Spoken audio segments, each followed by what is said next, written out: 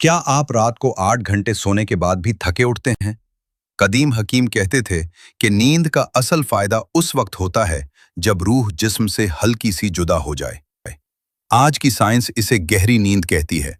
Journal nature की 2024 की तहकीक के मुताबिक जिन लोगों को सुबह थकन होती है, उनकी गहरी नींद नॉर्मल लोगों के मुकाबले में 40% कम होती है।